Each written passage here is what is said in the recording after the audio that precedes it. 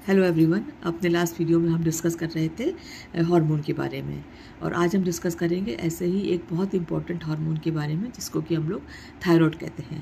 Thyroid body का वो hormone है जो कि पूरे सिस्टम को कंट्रोल करता है, और ये गर्दन के सामने स्थित थायराइड ग्लैंड में बनता है और लगभग शरीर के सारे ही सेल्स होती हैं उनको प्रभावित करता है। ये बॉडी की एनर्जी, उसका डेवलपमेंट, उसका मेटाबॉलिज्म, हार्ट बीट और बॉडी का टेम्परेचर और ब्रेन के सारे कामों को कंट्रोल करता है। तो थायराइड हार्मोन कौन कौन से हो गए हैं? ये बेसिकली 3 तरह के होते हैं, T3, T4 एंड कैल्सिटोनिन।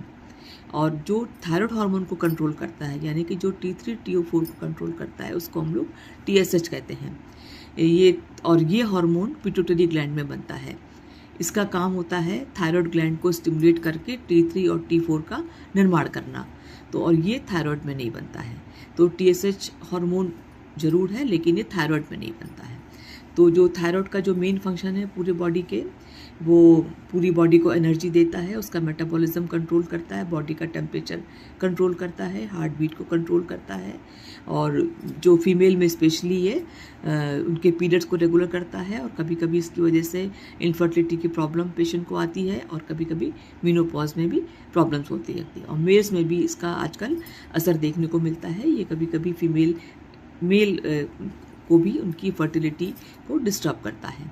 तो और इसका जो मेन हम लोग टेस्ट कराते हैं थायराइड की बीमारी जानने के लिए, उसमें हम लोग T3, T4 और TSH का लेवल ही कंफर्म करते हैं कि ये कितना है।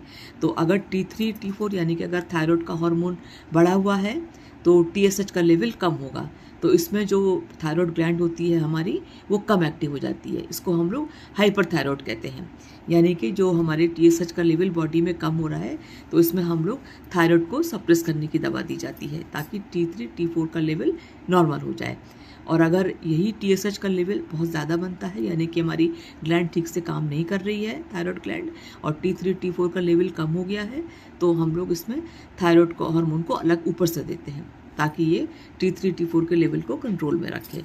तो अगर TSH का लेवल ज़्यादा है तो इसको हम लोग हाइपोथायराइडिज्म कहते हैं, और अगर TSH का लेवल हमारा कम जा रहा है तो इसको हम लोग हाइपरथायराइडिज्म कहते हैं। दोनों में सिम्टम्स अलग अलग तरह के होते हैं। जो हाइपोथायराइडिज्म होता है, जिसमें कि TSH का लेवल बहुत ज़्यादा हो जाता है और T3, T4 का लेवल कम हो जाता है, इसमें ज़्यादातर देखा गया है पेशेंट का वेट बहुत ज़्यादा बढ़ता है, उसको थकान यानी कि लेथार्जिक महसूस होती है, ठंड बहुत ज़्यादा लगती है, कॉन्स्टिपेशन की प्रॉब्लम रहती है, स्किन बहुत ज़्यादा ड्राई हो जाती है, और हेयर फॉल होता है, और कभी कभी लॉस ऑफ मेमोरीज और या नींद भी नहीं आती है, और फीमेल पेशेंट में इरेगुलर पीरियड्स होने शुरू हो जाते हैं। और अगर थायराइड का हार्मोन यानी कि अगर TSH का जो लेवल है वो बहुत कम हो जाता है तो इसको हम लोग हाइपरथायराइडिज्म कहते हैं। इससे बिल्कुल अपोजिट सिम्टम्स होते हैं, जैसे वेट लॉस होगा, पेशेंट को हार्ट बीट बहुत ज़्यादा होने लगती है, उसको घबराहट, बेचैनी, साथ में उसको ट्रेमर्स जिसको हम लोग बोलते हैं कि उसमें कंपन होने लगता है, हाथ कांपने लगते हैं, नींद नहीं आती है, और पेशेंट को भूख बहुत ज़्यादा लगे, यानी कि बिल्कुल रिवर्स सिम्टम्स होते हैं। और इसका जो टेस्ट है हम लोग ब्लड टेस्ट से कंफर्म करा जाता है। इसमें हम लोग T3, T4 और TSH का जांच कराते हैं, और ये खाली पेट होना चाहिए, और फीमेल पेशेंट में इसको हम लोग पीरियड के बाद कराने को बोलते हैं। और इसके साथ साथ इसमें हम एक TPO एंटीबॉडीज़ भी टेस्ट कराते हैं। इसका लेवल का भी एक रेंज होती है, अगर इसमें भी कम या ज़्यादा है तो डॉक्टर आपको उसी हिसाब से फिर आगे दवाइयाँ प्रेफर करते हैं। और इसमें थायराइड का हम लोग अल्ट्रासाउंड भी कराते हैं, देखने के लिए कि कोई उसमें थायराइड की गांठ तो नहीं है, या कोई अगर गांठ होने पर फिर उसमें कभी कभी बायोप्सी भी कराई जाती है देखने के लिए कि ये थायराइड का इसमें कोई कैंसर वगैरह की प्रॉब्लम तो नहीं है। तो अब हम बात करते हैं थायराइड डिसऑर्डर के बारे में। तो एक तो हाइपोथायराइडिज्म हो गया, दूसरा हाइपर थायराइडिज्म हो गया, तीसरा होता है कि थायराइड, इसको हम लोग ग्वाइटर कहते हैं, घेंगा। कभी कभी थायराइड ग्लैंड देखा होगा आपने, मरीज की गर्दन के पास एक ग्लैंड होती है, गांठें मतलब पड़ जाती हैं उसमें, और वो कभी कभी घेंगा के रूप में दिखती है, उसको हम लोग कहते हैं, इसे गोइटर कहा जाता है। तो ये भी एक तरह की बीमारी है, इसका भी पूरा ट्रीटमेंट है। तो इसकी सर्जरी भी होती है और कुछ दवाइयाँ भी डॉक्टर देते हैं। नंबर 4 पे आती है एक थायराइड नोड्यूल, उसमें ग्लैंड के ऊपर, थायराइड ग्लैंड होता है, उसके ऊपर कुछ गांठें हो जाती हैं यहाँ पर ही। हालांकि वो गांठें कैंसरस नहीं होती, लेकिन टेस्ट कराना ज़रूरी होता है।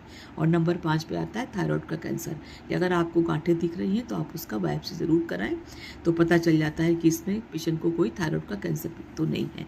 और थायराइड का कैंसर यदि होता भी है, उसका बहुत अर्ली डिटेक्शन अगर हो जाता है, यानी पता चल जाता है कि अगर मरीज को शुरुआती स्टेज का कैंसर है थायराइड का, तो ये ठीक भी हो जाता है। इसको सर्जरी से हम लोग निकाल देते हैं। इसके बाद इसको जो दवाइयाँ दी जाती हैं, इससे पेशेंट पूरी तरह ठीक हो जाता है, पर उसकी जांच कराना बहुत ज़रूरी है।